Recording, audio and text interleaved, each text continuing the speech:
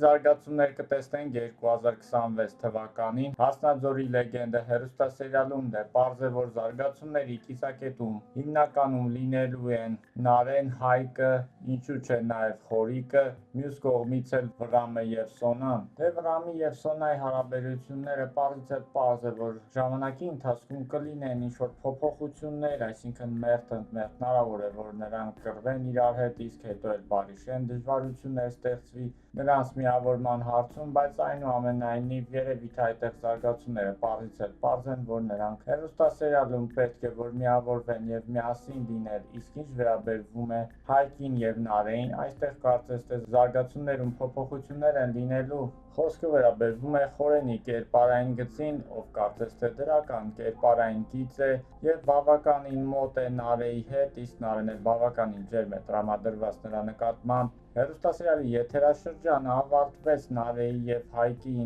ռոմանտիկ տարեվերջյան ընթրիքով, բայց ամեն բան այդքան էլ հարթ չի լինելու։ Որոշակի ժամանակահատված անց Նարեի և Հայկի միջև կրկին ինչ-որ խնդիրներ կառաջանան և Նարեն ինչ-որ ժամանակային կտրվածքով կսկսի շփվել Խորենի հետ, իսկ թե հետո ինչ կլինի, կրկին կվերամիավորվի Հայկի հետ, իսկ Արմոն ինչ խնդիրներ կառաջացնի բոլորի համար, առայժմ ենթադրելը շուտ է, բայց կտեսնենք նմանատիպ խճճված զարգացումներ։